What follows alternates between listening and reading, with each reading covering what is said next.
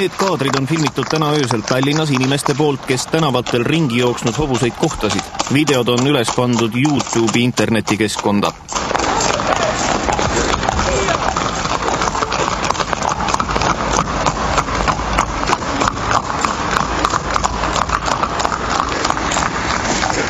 Saadeti siis politseipatrullid neid hobuseid otsima sinna, et kus nad siis on ja asjaolusid ka täpsustama, et mismoodi nad siis sinna välja ikkagi pääsesid. Mis lõpuks välja tuli siis, kuidas nad pääsesid välja? No ikka inimese abiga. Kogu juhtumit nägi pealt hipodroomi töötaja Jevgeni Ivanov. Tema sõnul tuli tallide juurde mees, kes need avas ja hobused välja ajas. Ivanovi arvates võis tegu olla lähedal asuva psühhiaatri haigla patsiendiga.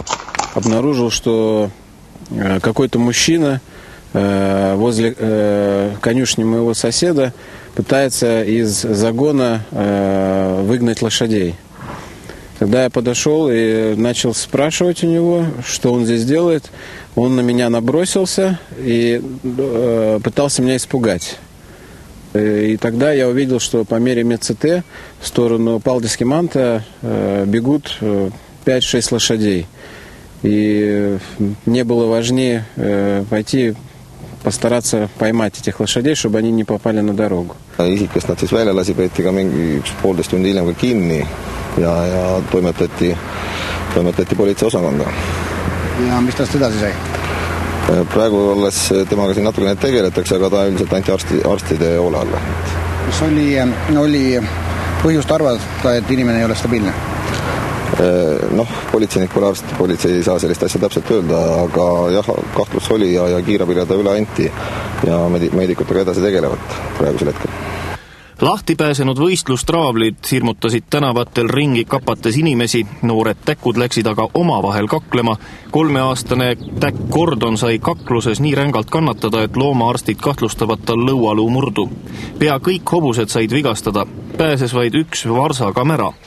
No mõni võib-olla üldse elus ei hakka jooksma, sest ta peab jooksma nagu puhast traavi.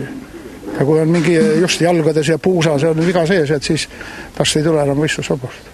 Aga mis neist edasi saab, et lähevad nad toiduks või lähevad nad lemmikloomadeks kuskil tallu? No kuidas paraneb, võib-olla ratshobuseks või lemmikhobuseks või kus.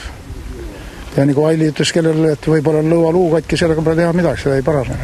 Eks nad on lüüa saanud kõik jooksnud, kes kanged ja ühel isegi kahtlustan murdu nähtavasti lõualuud on segamini, sest suud lahti teha ta ei saa, aga seda saab öelda alles peale seda, kui röntgenpildi teeme. Et ühe hullu pärast jama kui palju? Jah, jama kui palju. See hobune, kes nüüd vigistas silmnähtavalt, et mis tal viga võib olla? Arvata võib, et tal on lihased. Lihased on nii valusad, sest nad tundub, et nad on öösel jooksnud ikka päris korralikult mööda linna ringi.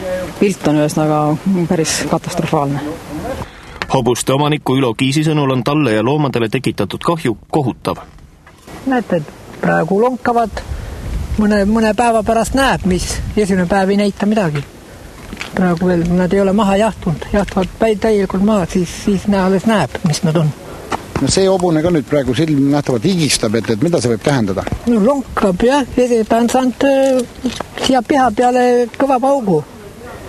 Aga kus kohas need paugud tulid? No teiselt hobuselt.